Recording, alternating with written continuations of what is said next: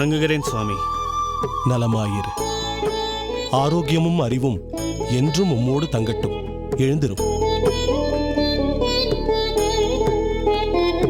தாங்கள் என்ன இந்த முறை ஊருக்குச் சென்று குடும்பத்துடன் அதிக நாட்கள் தங்கிவிட்டார் போல் தெரிகிறதே. ஆமாம், என் மைத்துனி பெண்ணுக்கு நிச்சயதார்த்தம். ஆ, அது சம்பந்தமாக கொஞ்சம் அங்கும் இங்கும் அலையும்படி நேரிட்டு விட்டது.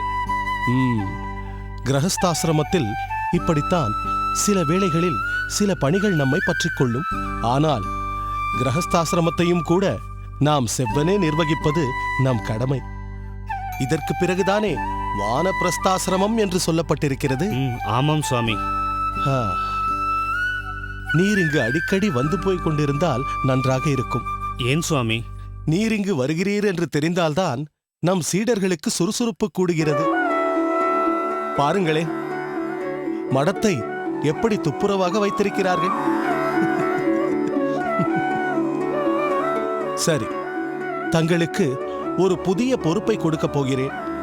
ஏற்றுக்கொள்வீர்களா? ஆஹா, நிச்சயமாக ஏற்றுக்கொள்கிறேன். ஆச்சாரியரின் வாக்குக்கு மேல் வேறொன்றும் உண்டோ? ஒரு புதிய சீடனை உமக்கு தரப்போகிறேன். அவனை சிரேஷ்டனாக உருவாக்குவது உமது பொறுப்பு.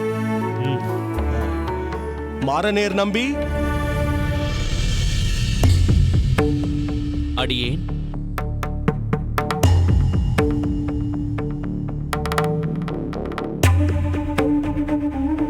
வர வேண்டும்.